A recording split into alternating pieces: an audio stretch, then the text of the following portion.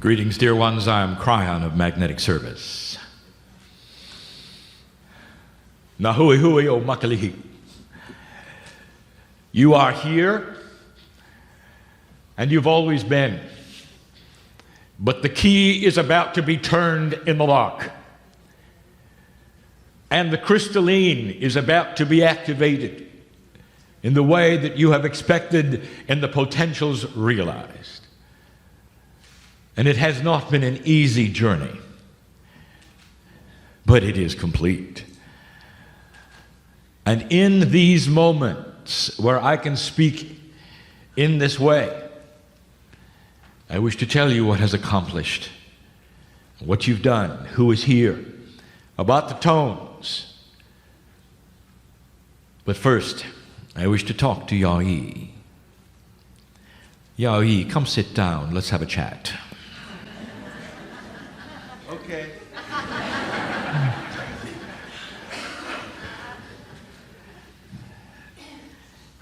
Before me is the manifestation of a system. It's the Akashic system, one that drips with love, with purpose, and with energy. That such a thing could take place where the priest that had the responsibility of the sounds, given by those who have names you cannot pronounce, who begin to flood into this room with the ancestors of the land, could actually take place in this fashion. A system of divine guidance and free choice.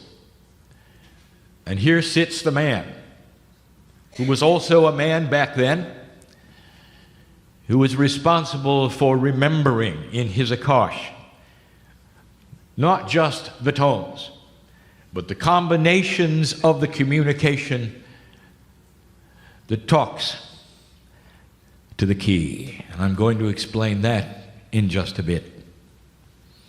Yai, congratulations. Congratulations for duplicating the 24 of 36.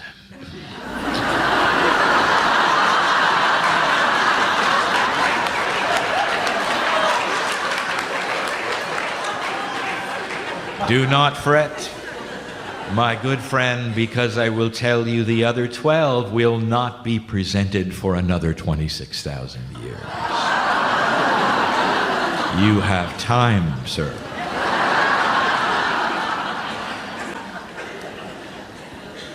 And so as he stands in a moment,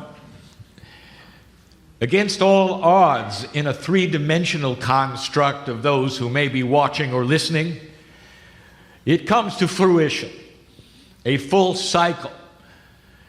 The cycles are well known. The precession of the equinoxes, the end of the long count. There is more here than you think. In the Western world, in the cultures that you've grown up with, the prophecies have been of doom. For they have not understood what the ancients knew.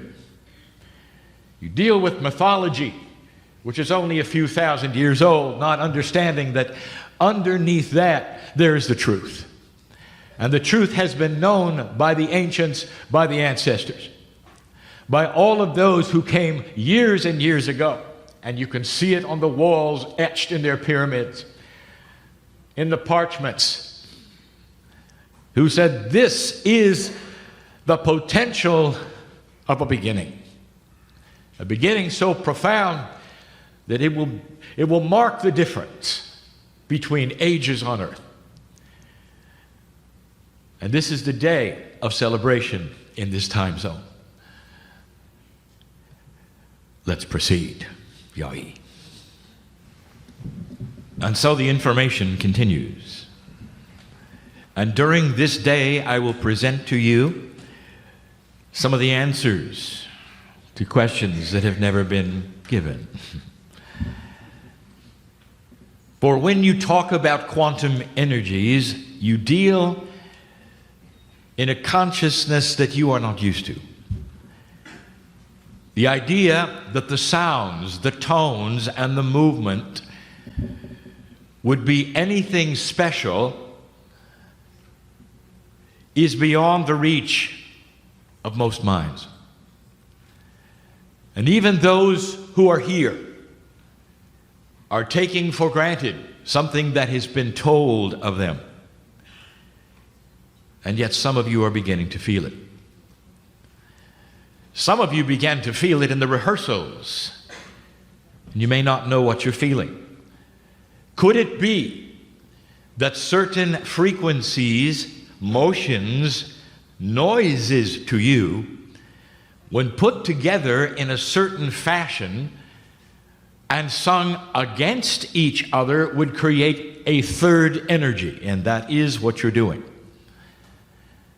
And here's what I would like to tell you that has not yet been discussed. The series of 12 combinations that you are doing now have only been given once on the planet. Only once. In this place called Lemuria. We're going to tell you more about Lemuria, which was called Lemuriha back then. We're going to tell you where you sit, who is listening, who is here in a moment, and what you're actually doing. But I want to talk about the tones. For the base of the 24 tones are simply the elements of a mathematical formula. And this formula actually corresponds to the way DNA interacts with itself. And the good doctor will discover that later. There is a correlation of what he's doing beyond the sounds. But here's what you need to know. Two things today. And the first is this. The completion of this group would appear to be the completion of all 12 pairs. It is only the completion in 3D. For the group that comes in with the intent to be here on this place must finish theirs as well for the key to be turned in the lock. I'm going to discuss the key as well, something we have never told you before of what the tones are really doing. When you put the tones together in different ways, they communicate differently. The 24 tones are the mathematical elements of multi-formula. The formula for today is the one that would be given, that you know about, a quantum signal which I'm going to tell you about shortly. And it's specific to today. It is specific to the timing of the solstice and the precession of the equinoxes. But here's what I want to tell you. When you take the tones and put them together in different ways, both backwards and forwards, that Yah-E knows and is sensing, you change the communication, where it goes and what it says. This particular communication speaks to a multi-dimensional source that is listening. And what bleeds over from it talks to the cetaceans, and that is why you see the excitement in the oceans. But you should also know there's a set of tones yet undeveloped for them, where you would get together in a place and sing an entire different set that will talk only to them at a time and in place to be decided. There are tones you can sing to make you warm. How is it that some of you sat in this room, which is temperature controlled, fanning yourself a few days ago? Were you aware of what was taking place? Of the temperature that would increase, not necessarily in the room, but within you? There are tones to charge batteries. Doctor discovered that. It's endless. There are tones that talk to Gaia. This is only one set of many. And so you are opening the door of the kind of communication that we have never discussed before. It is specific to energies that perhaps you've only started understanding that are there.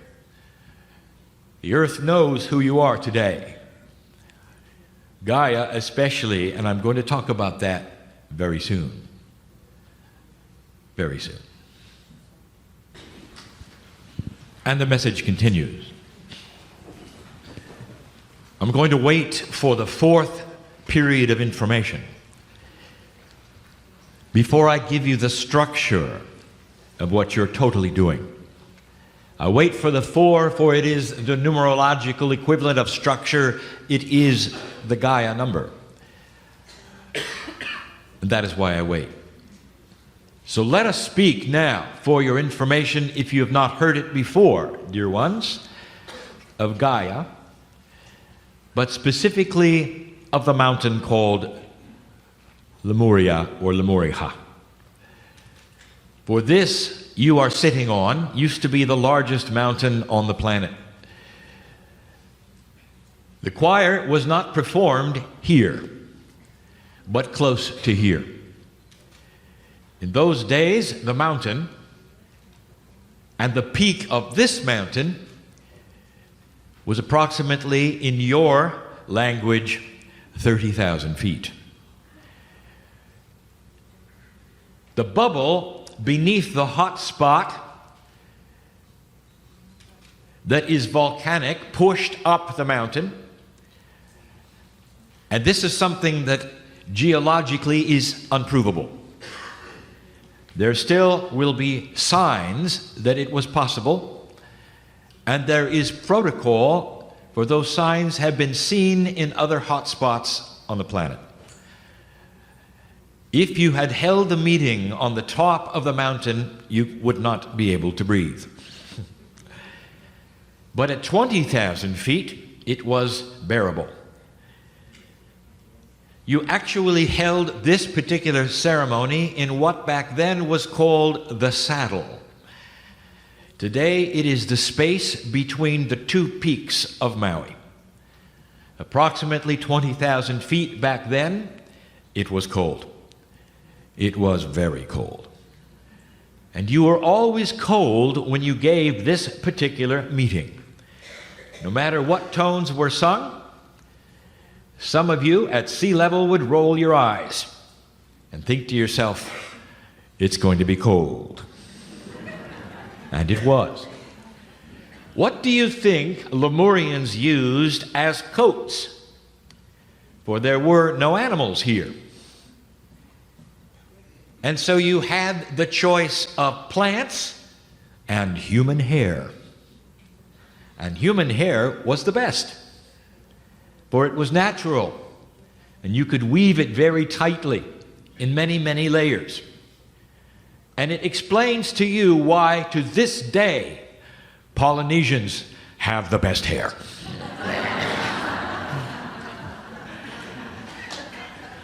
You were always cold. But you did it anyway. And you did it in a time of year just about now. For the same reasons were given you by the priestess, for the celebration that the Hawaiians have of creation, of harvest, of the Creator, is still here. For the earth turns the same way it did then, dear ones. And the seasons were the same then as they are now. And isn't it interesting that no matter what the mountain did later as it subsided and these became islands, that the traditions remained and the ancestors kept them fresh. And this is where the ancestors have the secrets, and you can turn to them, for they've kept everything fresh. And if you want to know the truth of the planet, you will ask the ancestors in every single culture. And if you want to know the truth of the planet today, you will ask yourself, why is it that the tribes are coming together the way they are and celebrating a meld? Why is it that the puma is awakening and that the North and the South are starting to see each other differently. And I will tell you something, dear ones, all of this has been waiting for the key to be turned, which I'll tell you about shortly.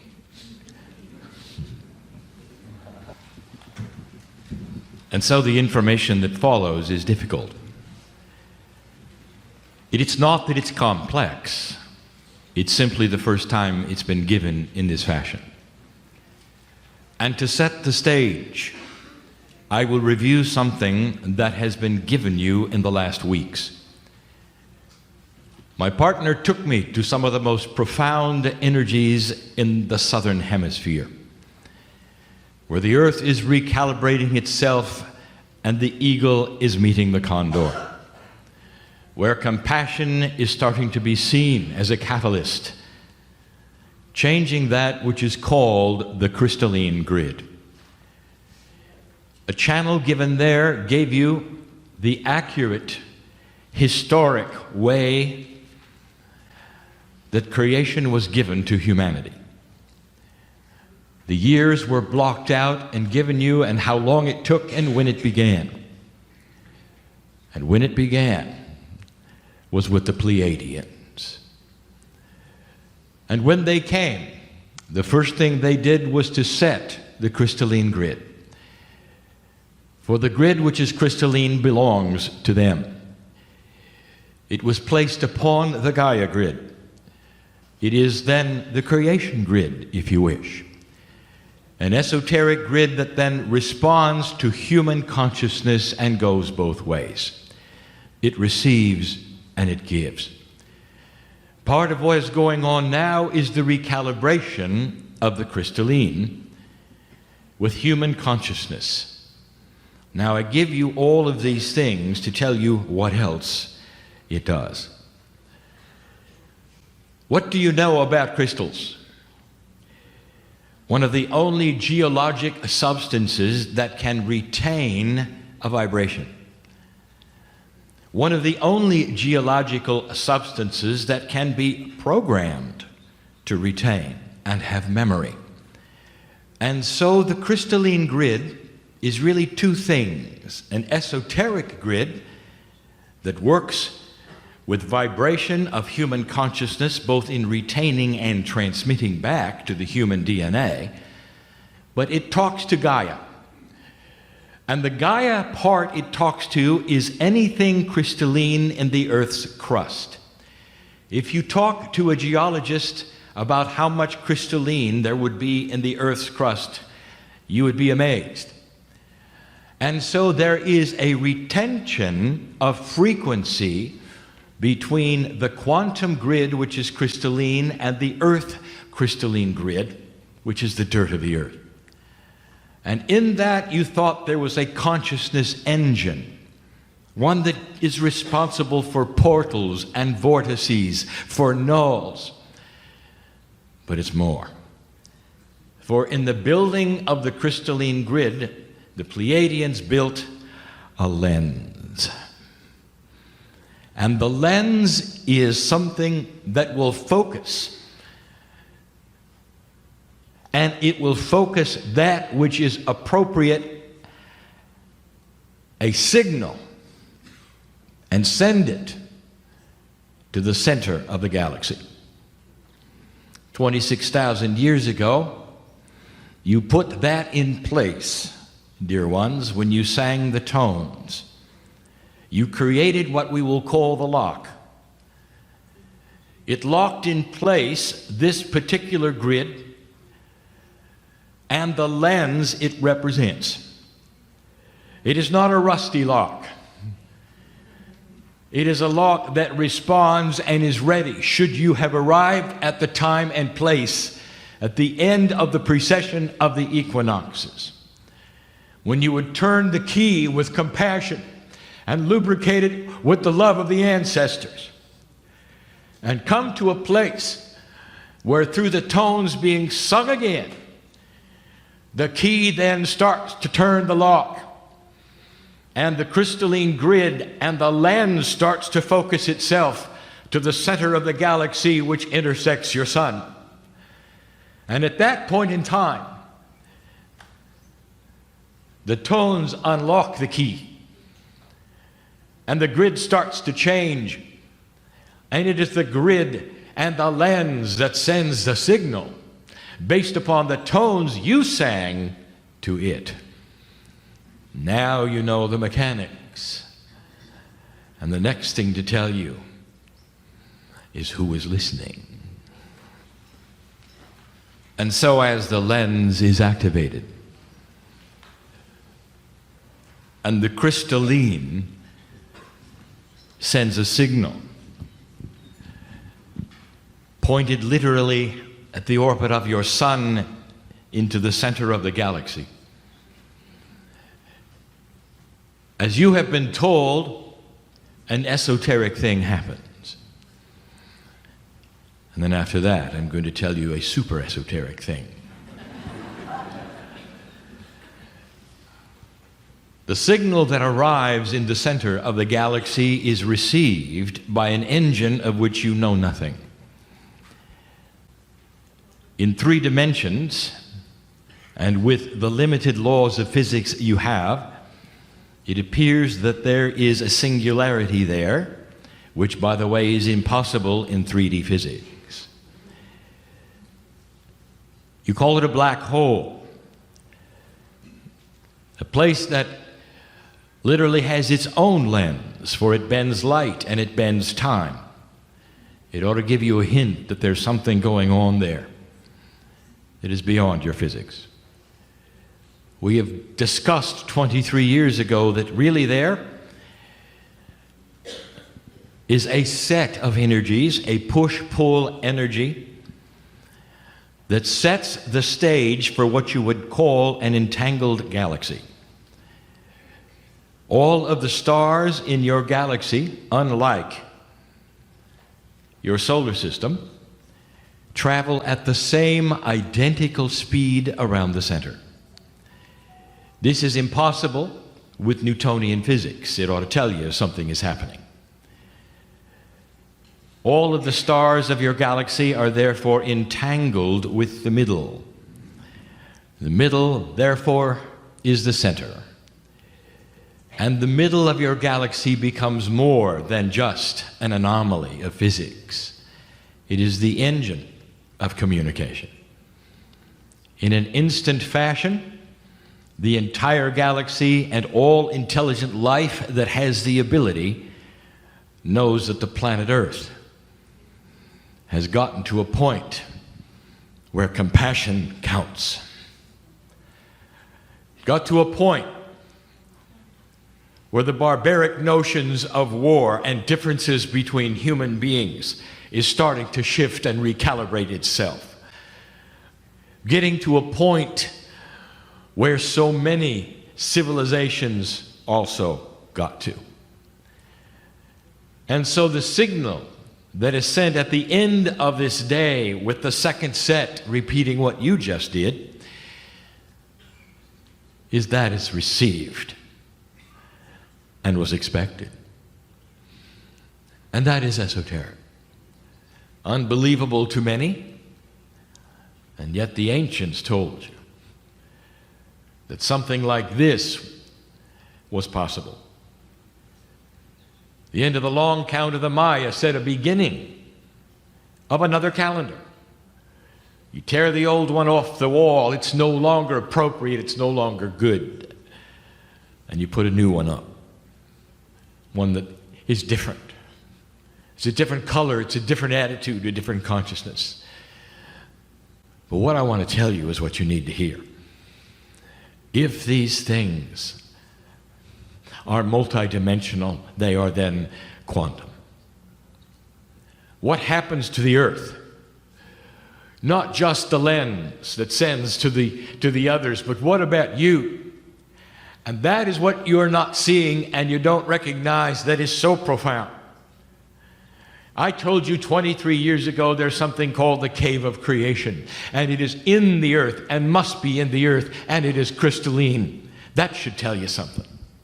It is allied with the crystalline grid, and it contains all of humanity's souls. The ones that will come, the ones that have come, Lemurian and not Lemurian. And they are now touched as the key is unlocked. They know it as well as the center. And what is exactly in that cave of creation? I will tell you, it's your ancestors. And who are your direct ancestors, dear ones, as you sit in the room? How many of you have had parents who are no longer here? Well, I want to tell you something. That as you sing these tones, they're aware. And although they may not have given you what you needed during life, in the appreciation of what you believe, they are now. And they're aware. And their parents are aware. And all of the souls to come and that have been, that are part of what you would call the Akash of the earth, are being recalibrated, and they all know. And that's why you're here. And yes, there's going to be more in the next channels to come this day. But perhaps that's the most profound thing you should know. You're not just sending a signal to those perhaps you'll never meet. You've just sent a signal to the ones you've loved and lost and know you very well. Very well. We've spoken of it before.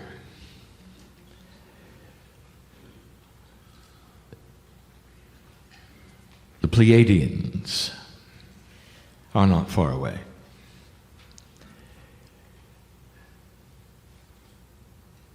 Part of the system of the planet, the very essence of creation, is that they would remain here, the ones who started. In an esoteric way, some have said they live in the mountains of the earth. Some say they even have cities that have names there. All of these things out of three-dimensional perception. Some of them are in the south and some in the north. Of the names that some of you would know, the Elqui Valley and Shasta. And they're there. And they didn't need a lens to know what's going on. For they're here. And the key begins to turn in the lock. And they're feeling it now. And these are the ones who are rejoicing first, that carry the essence of your DNA. And these are the places which will be activated to new levels first. And so these are the ones you're getting the message now from first. And the main message is thank you. Beyond that, for it is a release for them as well, and in a multi-dimensional state, you have released them to complement the recalibration of the grid that they built.